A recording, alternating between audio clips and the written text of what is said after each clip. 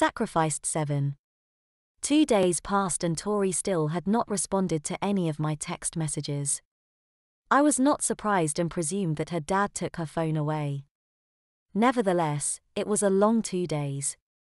Not in the mood to anything, I just spent the day sulking in my room, blaring music from my sound system.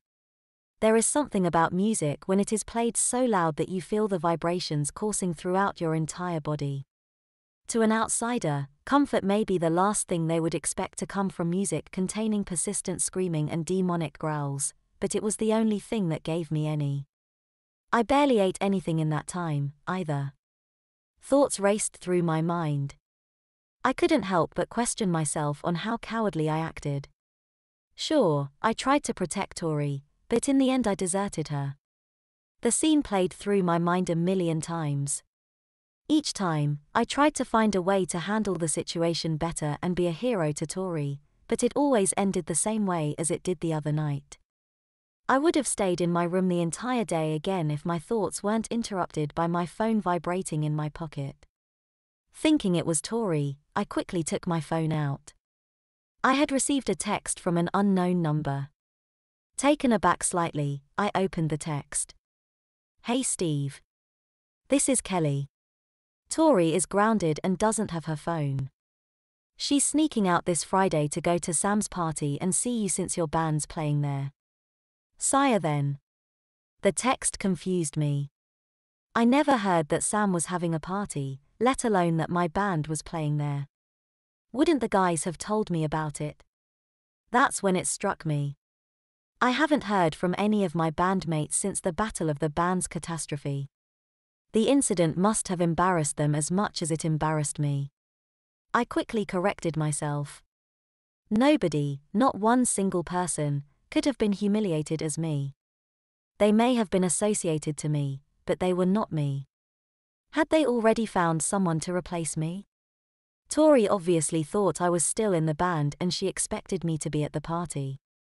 That meant I had to be there, whether in the band or not. But was I even invited? Would I be welcome if I just showed up? After all, Sam never told me about it and we talked every day at school. Once again, my mind was going crazy, overthinking the situation. I couldn't take it anymore and decided to call Alex. The phone rang several times and I began to wonder if he would even answer.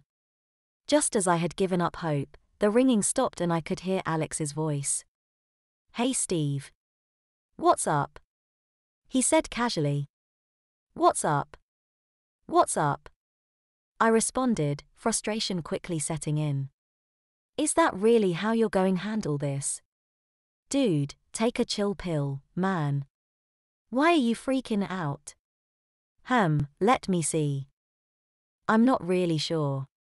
Maybe it has something to do with the fact that you guys are playing a gig at a party and didn't even think about telling me about it. Oh. You heard about that?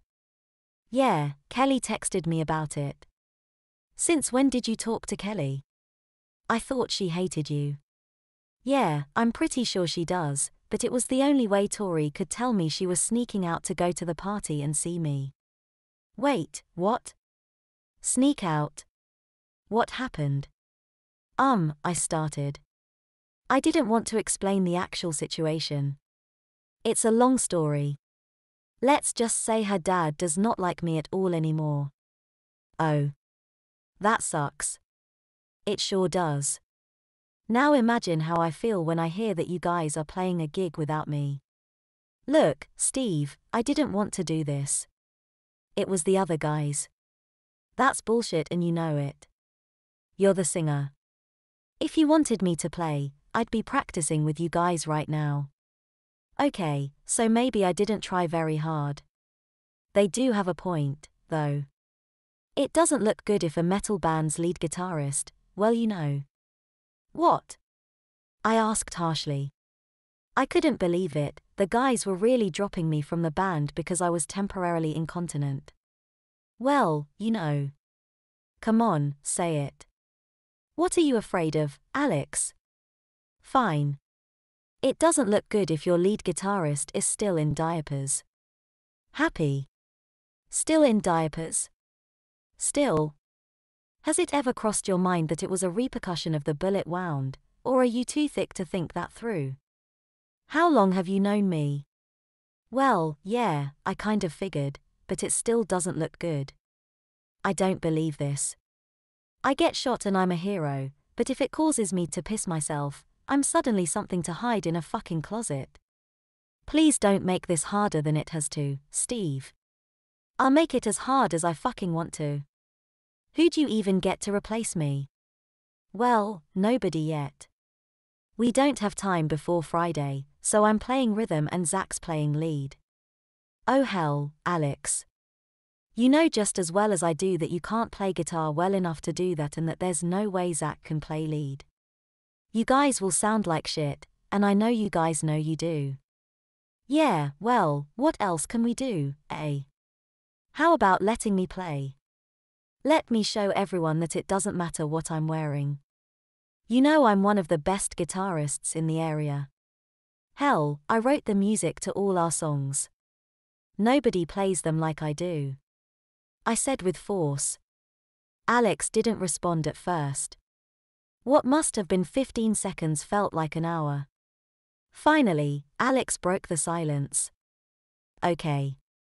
Fine. I'll tell the guys. We practice at 1 tomorrow at Joe's house. Don't expect a warm greeting from the guys, though. Alex said, defeated, and hung up. Although it was a weak victory, it was just what I needed to lift my spirits. This was my chance to redeem myself. At first, band practices were awkward. The guys didn't act like they used to. They barely talked to me.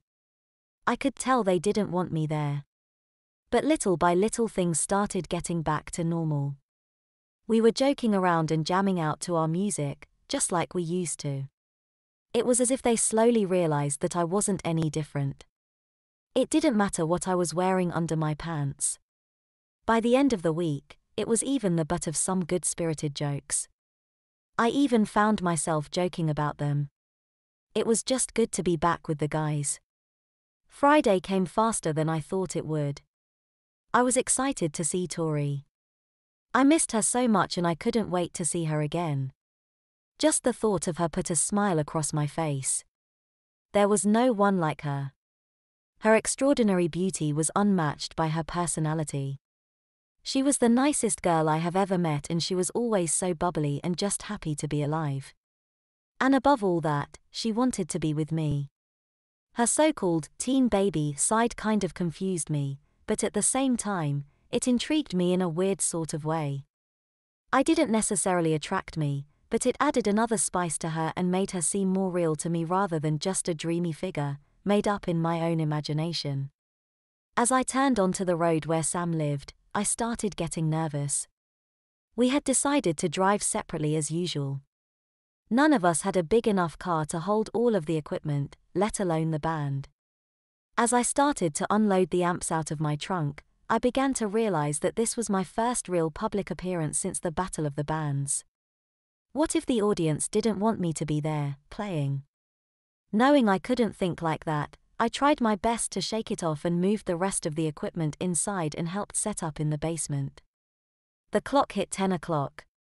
Almost everyone was at the party, getting their night of drinking and socializing started. The house was packed, but there was no sign of Tori or Kelly. I was starting to get worried that Kelly had misinformed me or that their plan to get Tori out of the house had failed. I was wandering around the house, looking for her, when Alex came out of nowhere and grabbed my arm. There you are. Come on, Steve, we were supposed to start playing a few minutes ago. Sorry, I was just looking for Tori. Can we wait a few more minutes? No, we can't. People are already getting impatient and the last thing we want is an angry group of drunk people for an audience. Don't worry about Tori. I'm sure she'll turn up. Okay, let's go. I said gloomily. I was looking forward to seeing Tori. Drop that attitude, man. Alex said, trying to pump me up. It's time to rock. This is what you were born for. I followed Alex through the crowd of people down into the basement and met up with the rest of the band. After a quick chat making sure everyone knew the set list, we took the stage, which was really just a small corner in the basement set aside for us. As I put my guitar on and took my spot, I could notice people staring at me. Some were pointing at me and making comments to the person next to them. I knew what they were thinking and saying. It was at that moment that I had intense motivation to prove to them that it didn't matter. Saying that I couldn't be a metal guitarist because I had to wear diapers was as crazy as saying that Stephen Hawking couldn't be a genius because he was confined to a wheelchair. Joe struck 4/4 notes on a crash cymbal and we were off.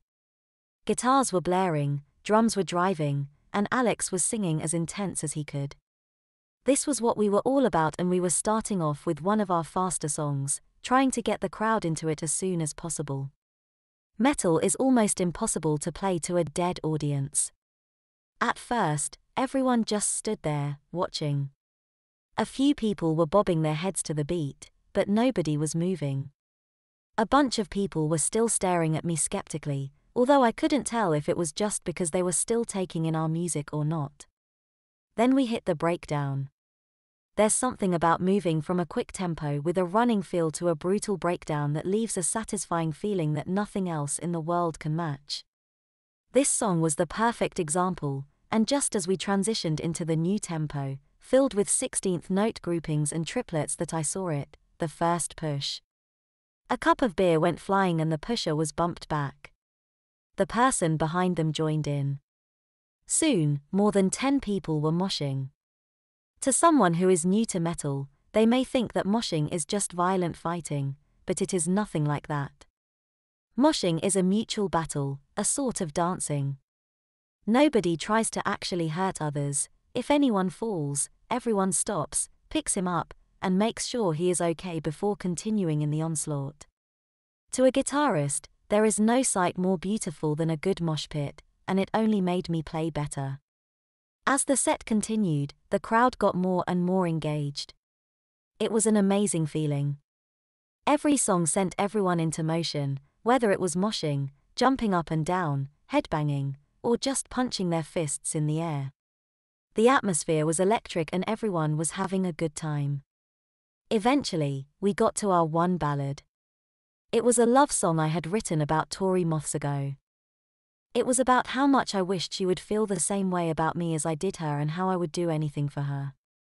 It was eerie how true the lyrics struck at this point in time.